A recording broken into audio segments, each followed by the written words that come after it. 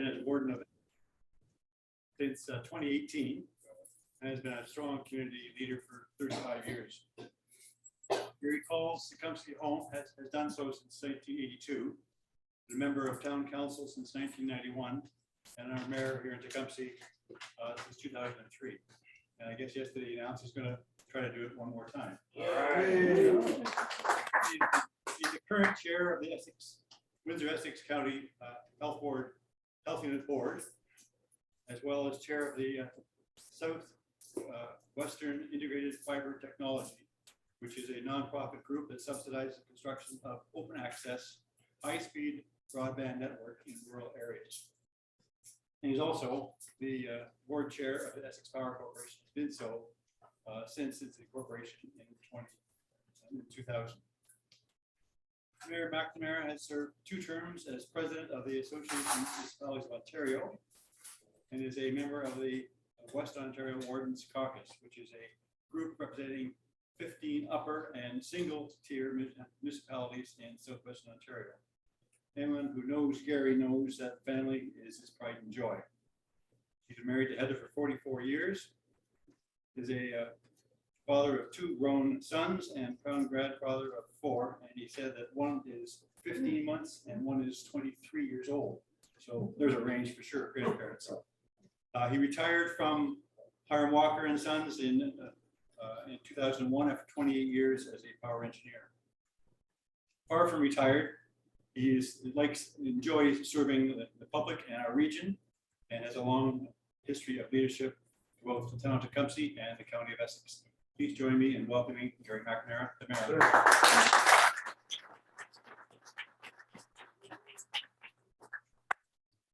Another 4 years. Yeah. Well, thank you very much, Artie. It's certainly a pleasure to be here and as one of your honorary members, and proud to acknowledge that. So good morning, everyone, those who are here and those who are watching from the comforts of home. It is indeed a great pleasure to be here with you today. Talk a little bit about what's going on and where we've been and a little bit of maybe where we're going. And so the Rotary Club of Windsor-St. Clair certainly has been a fantastic partner to the town of Tecumseh, also the county of Essex, and certainly the city of Windsor, and multiple other organizations certainly in our region. Your sister Rotarians within our region. So we have stepped up through many projects like the construction of the Boundary Free Playground in Tecumseh, the creation of a greenhouse at the Regional Children's Center in Windsor. You are always there to support the greater good of our region, and you all see the big picture. So today I'm speaking to you from a regional certainly perspective, and as the Warden of Essex County and the chair of Windsor-Essex County Health Unit Board, about my hope for the future. The pandemic has made the last 2 years among the most challenging in our recent history, but also the most heartwarming, as the residents of Essex County and Windsor responded with compassion, grit, and certainly determination. Well, from wearing masks to ordering takeout to cheering on our healthcare heroes and frontline workers, they are the reasons we have emerged from the worst of this pandemic, stronger and more resolute than ever. It has not been easy, but we have persevered and we are primed for growth and certainly prosperity. Pandemic is entering a new phase, and living with COVID-19 has become the new normal. Provincial mask mandate has been lifted in most settings, and our population is largely vaccinated, and businesses are now operating at a higher capacity. And events have been on hiatus for 2 years, are making a slow but steady comeback. While the situation is still urgent and critical, it is no longer the emergency it once was. COVID-19 continues, obviously, to circulate. And I might sound a little nasally today, but it's not COVID, it's called allergies. And in our community, and is likely to do so for the foreseeable future. So we have to continue to make smart, selfish decisions. And when it comes to protecting ourselves and our families and certainly our community as a whole. The pandemic has changed our world, and it also changed the way many of us see the world, the way we see our community and our place within it. It illuminated just how connected all of us are and how important those connections are for our mental health and our economic well-being. We've learned that we can accomplish pretty much anything if we roll up our sleeves and work together for the greater good of our community. COVID-19 claimed hundreds of local lives, and it turned hundreds of thousands of local lives upside down. Some families grieved the loss of loved ones, and others the loss of their livelihoods. All of us grieved the loss of comforting normalcy.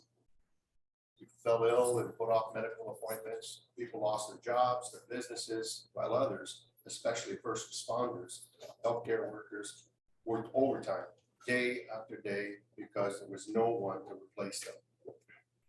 So we can take pride in the way that we responded as a community, in the way we supported our hard-hit local businesses, while following public health guidelines that flatten the curve, and no doubt it has saved lives. Our resilience has been a shining light that has seen us through the darkest days of the pandemic. Now we are turning our focus to the future, and we must do and make the best of what we have learned and how to proceed for the future. First, we must ensure our healthcare is refortified for decades to come. The pandemic exposed the weaknesses in our long-term care and our public health systems.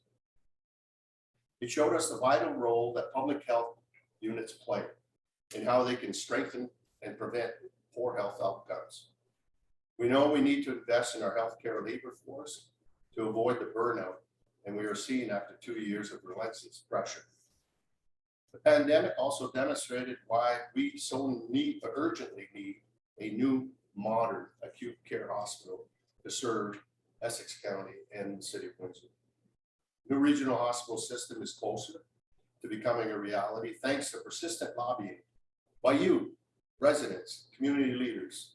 The provincial government has provided a $9.8 million commitment to cover the cost of ongoing planning for the hospital, and we now have a construction timeline. Essex County Council strongly supports this essential long-awaited project. We have already set aside $31 million of the $100 million that we've committed to providing to build the new regional hospital system. And healthcare looms large in the county's 22 budget as well. It includes funding for Essex Windsor's emergency medical services to hire 12 additional paramedics. Our regional ambulance service, for which the county is responsible, has been shouldered with many additional responsibilities due to the pandemic. BMS was instrumental in launching a mass vaccination sites in Windsor, Amherstburg, and Leamington in 2021. Paramedics also unfailingly answered the call to provide COVID-19 testing, vaccinations in all of our long-term care homes, farms, and pop-up clinics across Windsor, Essex. So we recognize this essential healthcare service needed a staffing boost. As well, the county has directed more funding to Sun Parlor Home in Leamington. Employees there have been at the center of the storm during the entire pandemic and have never wavered from their commitment to provide exceptional care to some of our region's most vulnerable residents. The new funding is allowing us to increase the number of staff hours dedicated to safety and infection control to protect our vulnerable long-term care residents.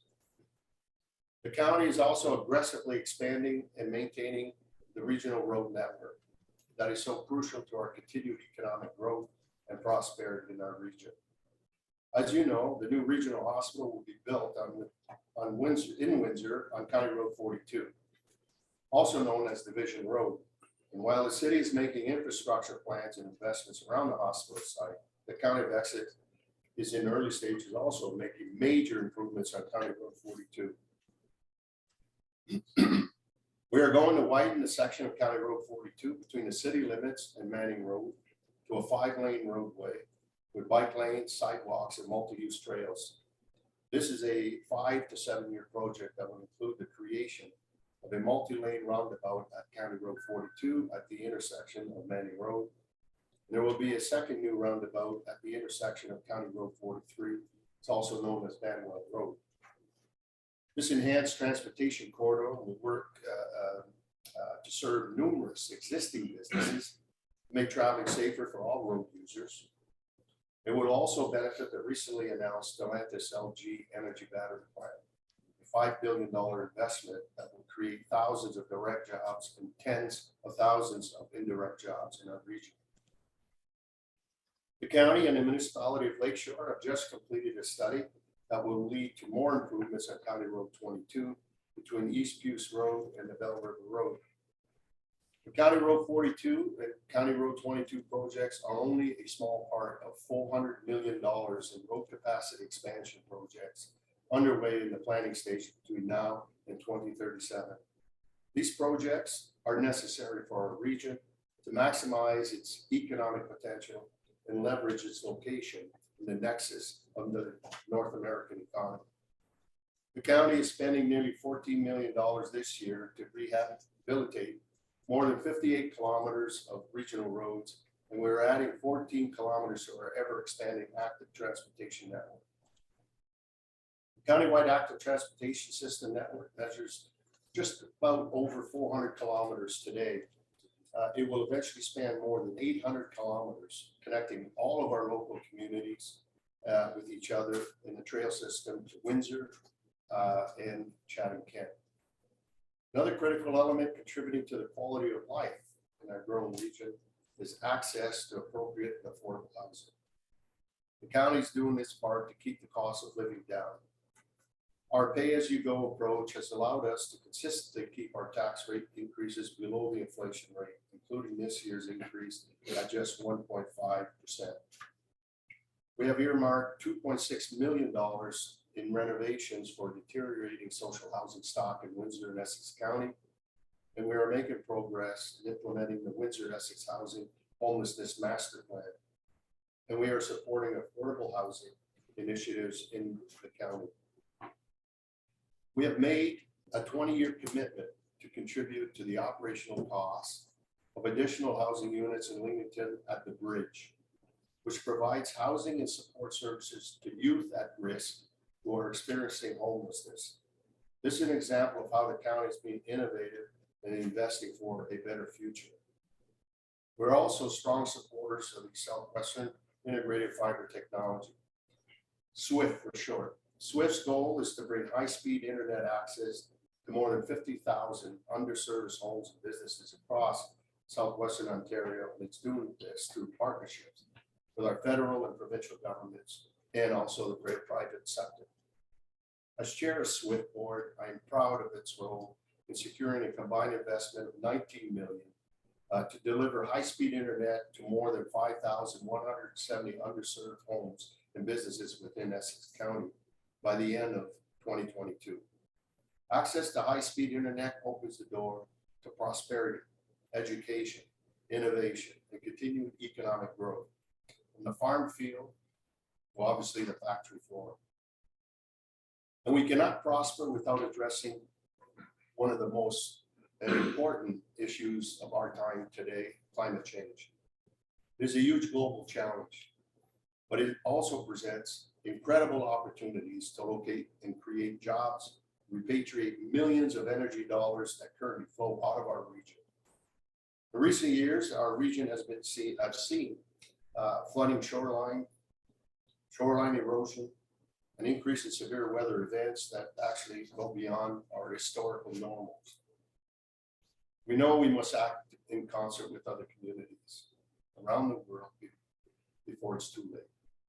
County Council has supported in principle a regional energy plan. It has approved funding in its 2022 budget to hire a climate change coordinator to help advance the initiatives in our plan. Plan is a result of community-wide effort that sets out how Essex County can improve energy efficiency by 50% and reduce greenhouse gas emissions by 60% by the year 2041. We worked on this plan with the Essex Region Conservation Authority, local municipalities, utility providers, community members, including our youth, representatives from the construction, the agriculture, greenhouse, and energy sectors were also all involved. We all recognize that we need to act together to make this strategy work. This is the only way we can build a greener and more diversified, sustainable economy. At the same time, our region is making smart, strategic business investments. We cannot succeed in overcoming our other challenges if we don't have a strong, vibrant business community. The County of Essex enthusiastically participates in regional efforts to strengthen our economy. In November, we announced the establishment of the Canadian Automobility Hub, a partnership that will make this region a national leader in the future of cleaner and smarter transportation. The County of Essex, the City of Windsor, St. Clair College, University of Windsor, and with utilities, Invest Windsor-Essex, and many private sector companies came together to make this vision a reality. We all see this region's potential to develop and build smart zero-emission vehicles. More importantly, recently the federal and provincial governments came to the table with funding to submit a decision by Stellantis to spend $3.6 billion to retool its Windsor and Brampton assembly plants to build new electric vehicles. As well, more money is being poured into making this region a research and development hub for electric vehicles and smarter transportation. County of Essex is also focused on our agriculture and agri-tech industries. This sector is extremely vital to our economy, and the county is doing its part to ensure safe, healthy environment for temporary foreign workers in the communities in which they reside. We need help on this front from farm operators and to provincial and federal governments. We have applied for funding so we can continue operating an isolation and recovery center for our farm workers. And I'm confident we will get the funding and work with our partners to make more positive changes to support our agricultural workforce. The recent census numbers clearly show Essex County is on the move, and it is certainly a place to be. The county's population has increased by more than 6% from 2016 to 2021. And the population of Windsor-Essex now crests above 400,000 people.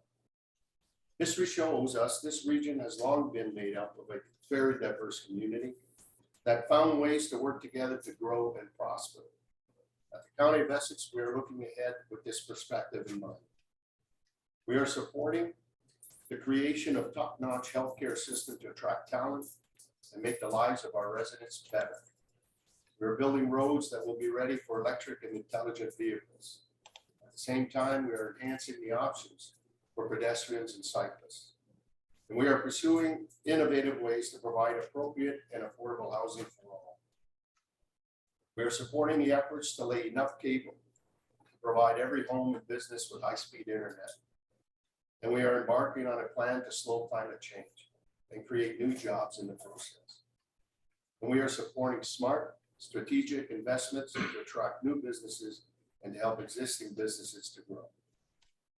So you're invited to come along for the ride, and I'm sure you will. In fact, I know Rotary Club of Windsor-St. Clair members will be up or contributing in any way that you can. And thank you for your leadership and teamwork, and thank you for reaching out and finding ways to make this community better as we move forward, and that I am confident in its bright future. Thank you.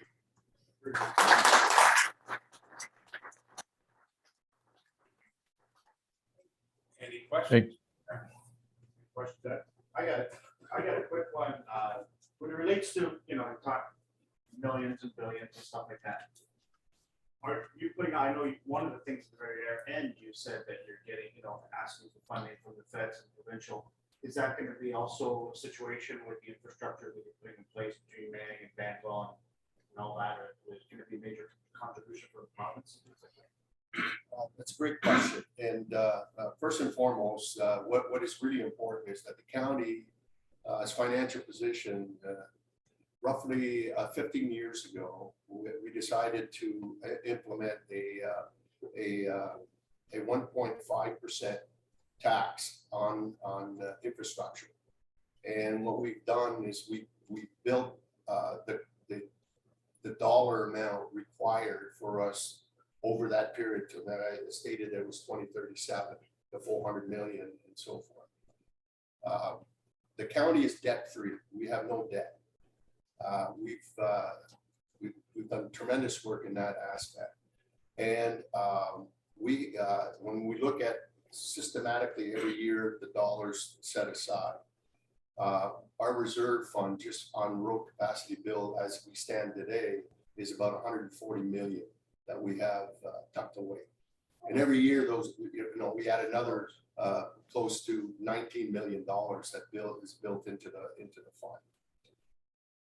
Realistically, don't tell the feds or the provinces, nobody here. We really can accomplish the 400 million with the dollars that we have and what the dollars we're going to be putting forward. The additional dollars that we could get from grants from different programs that they have is actually the cherry on the cake. And so we're not going to be coming back to the property taxpayers and say, okay, we need a whole host of money to be able to achieve these goals. And so our motto has always been pay as you go. And so past members of county council and certainly our administration have been very good at basically putting ourselves in a position that we are the only county in Ontario that is debt free and have the highest Standard & Poor's rating of AA+, and that is the highest rating a county can get. So we're in great shape in that regards. But obviously, every year we apply for dollars, and we are successful. And many of the projects that we've had on County Road 22 and others have been supported by federal and provincial governments as well. You're talking all of us, it's not just Lakeshore. That's right. All of us. Yep. And if I may add to out of the 400 million, because of the growth area in the North Shore, the Tecumseh area and Lakeshore around us will get about 200 million of those dollar expansion of roads. Back in the day when Chatham-Kent amalgamated all of their smaller hamlets and villages and municipalities within Kent, I believe it was not deemed to be actually successful. What is the thought going forward for the 7 municipalities in Essex? Our future, Yes. and I think we probably have the best model that anywhere put together. I mean, if you look at our fiscal position and so forth, they're much easier to sustain. Problem with the Chatham is geography. And there's so many urban centers that have been added to them. Very difficult to police, very difficult to provide a lot of the emergency services. We've seen that, and they're heavily subsidized by the province this day as we speak. And there's a fund called the Ontario Municipal Partnership Fund, where they get heavily subsidized for policing costs and others. If the provincial government was to say, oh, we're going to rejig OMPF money, they'd be in trouble financially. A follow-up to that is with Windsor's, I'll call it subtle, aggressive brief services, i.e. police, water to neighboring municipalities. Does the county have a poison pill strategy to take over, i.e. Windsor-Essex? Well, we did have a land transfer back in 2002, and 25-year moratorium. well, it's a combination of things. And when it was, at the very beginning, when the whole amalgamations, the forced amalgamations from the province came to be, I would say, I don't want to say we outsmarted them, but we had a hell of a good lawyer, and Tom Lederer out of Toronto at Davis and Company, and they basically we wanted to have a negotiated deal with the city and everybody at the table, and let's negotiate, what the end result is going to be. It's always better to negotiate locally than to have somebody tell you what that needs to be done. They refused to come to the table. Back then, the city did not want to come to the table. So we went ahead and did our plan. And we presented it to the province. The province said, well, if they don't want to show up, then we're not going to intervene. And so we had designed a 6,000 acre transfer. We did the homework, and there was enough land there for 100 years of development. And to this day, the only thing that's been developed on that property is the jail. That's over 20 years ago. And so there is I guess you would call it a standalone, leave us alone clause. I call it the leave alone clause. And a lot of it has to be, they need to justify lands for, if they're landlocked, for example, and they can't develop residential or commercial or industrial, then they can, obviously apply, at the time. The lesson from the provincial government back in the 90s, they learned their lesson. They were defeated in 2003, and a lot of it was because of force violations. There's no appetite at the provincial level. Minister Clark, Minister of Municipal Affairs today, and as an AMO rep, sitting right across from the minister. Basically had two individuals do kind of a survey on amalgamations back then, which is only about 3 years ago. The results came back that they couldn't justify. So but I'm a firm believer that that municipal delivery of services, if we can do some in a regional capacity that make a lot of sense for everyone, we should look at that. We did that with water. We do that with sanitary, and we do it with the EMS. We do it with social housing, social services. So there's a whole host of things that we can do collectively together that doesn't preclude the fact that, we have to do all that and change boundaries. You don't have to do that. And so forth. So collaboration and working collectively together makes a whole lot more sense. And so I see ourselves, I can't tell you what 25 years from now it's going to be like, but I can tell you right now that Essex County is not going anywhere, and neither is the city. We're going to continue to work together, make sure that our whole region as a whole prospers. Perhaps Essex will take over. Yeah. Well, In your dreams. I'm not even going to attempt to answer that. All right, we'll go to Bill on Zoom. You don't want it here. No. Yeah. Good morning. Thanks, Gary. One of the questions I had was before we went away for a couple of weeks, read about a food waste recycling program that was in discussion. Could you elaborate on what the status is with that, please? Right now, we've been working on that probably for the last 18 months, and our waste authority right now through our board has now directed them to send out an RFP and to look at what would be the best approach, and whether it's a public delivered service or a combination of public-private or a totally private service. We all know that organics is a large contributor to the greenhouse gases and methane producers in our landfill. And we certainly only have one landfill, and we want to protect that because it is an asset for us. And so by I would say midsummer, we should have results back from the RFP and more of a clear indication of where we're going to go. You know, whether it's new digesters or working with others, digesters are already, we have 2 of them in the county already, one in Tecumseh actually, and one in Leamington. And I know Chatham-Kent, we're in conversations with them as well. And I can see a company there bidding, you know, to get the products.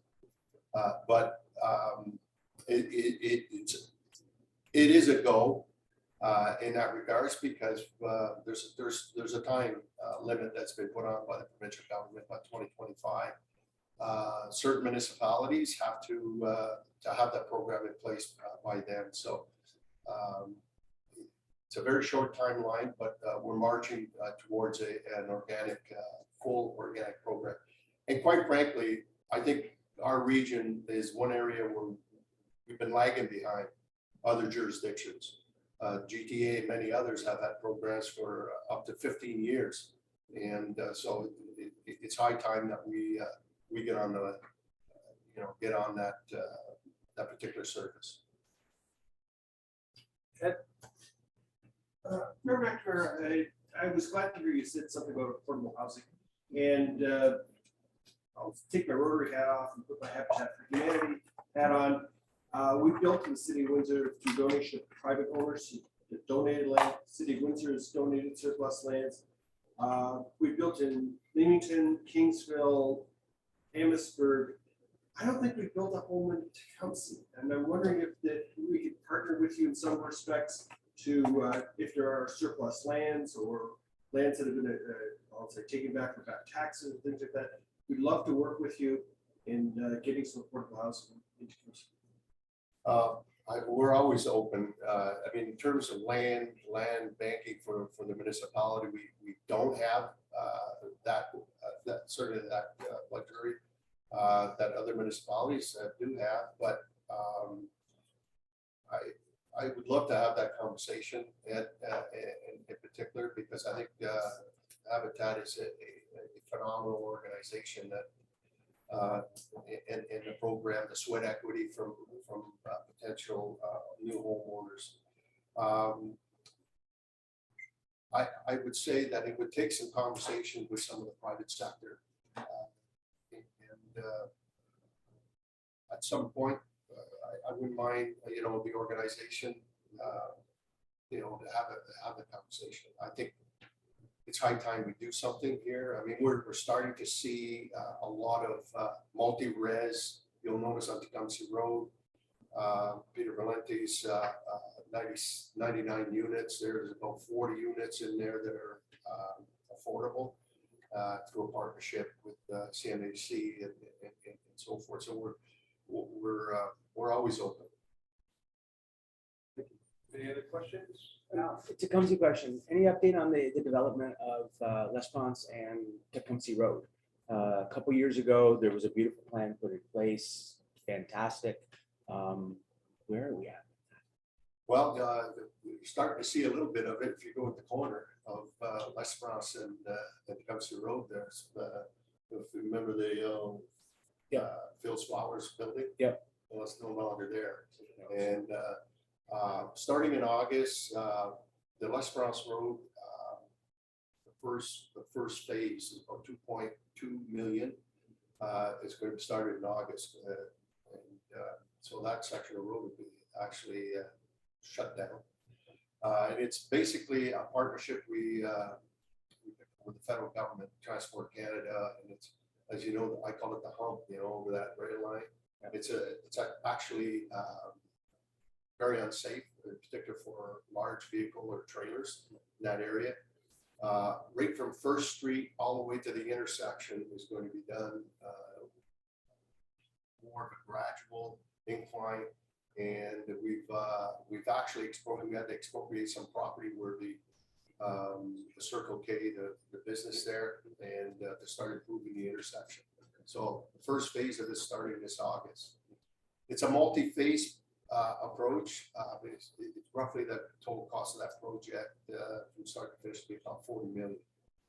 So we're also the lower tier of pay-as-you-go municipality. And so it started. And so I've been working with our federal member, and who's good enough to help us get a $1.4 million grant to get the first phase started. Awesome, thank you. Any other questions? Okay, Bill, you're up. Yes, Gary, my wife and I moved to Tecumseh 3 years ago, and shortly after that, we saw that Tecumseh was ranked number 10 for towns in Canada. And I'm sure a lot of that has to do with the leadership that you have provided. And I would imagine you're not satisfied with that ranking. You'd like to go up about 9 more ranks to be fully satisfied with things. But in terms of satisfaction, I think you've really satisfied this club with providing us an excellent discussion and a lot of information on what both the town and the county have done. So if I were there in person, I would shake your hand or do a fist bump, whatever's appropriate in this COVID age, and offer you the mug, which Hardy is ably doing there. So thank you for coming to speak with us. And with the environmental plans and various other plans, we have a 50th anniversary coming up. We're looking for a major project. We're looking to do things for the environment. So don't be a stranger. Stay in touch with us. And thanks again for coming to speak with us.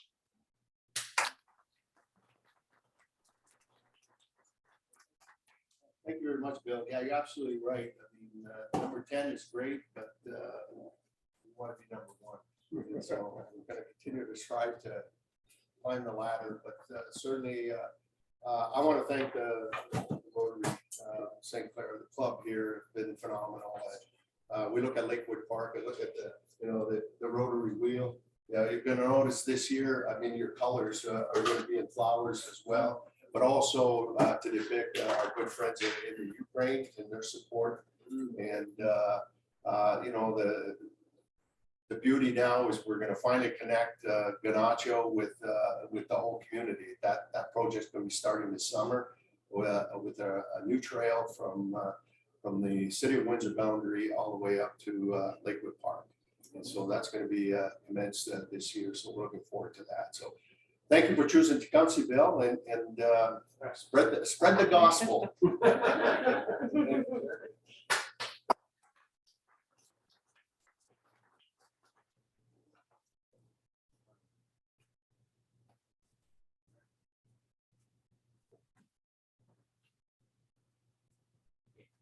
Very much. So is that extension going to have a Rotary name to it, or is this going to be the Ganacho, or how's that going to work?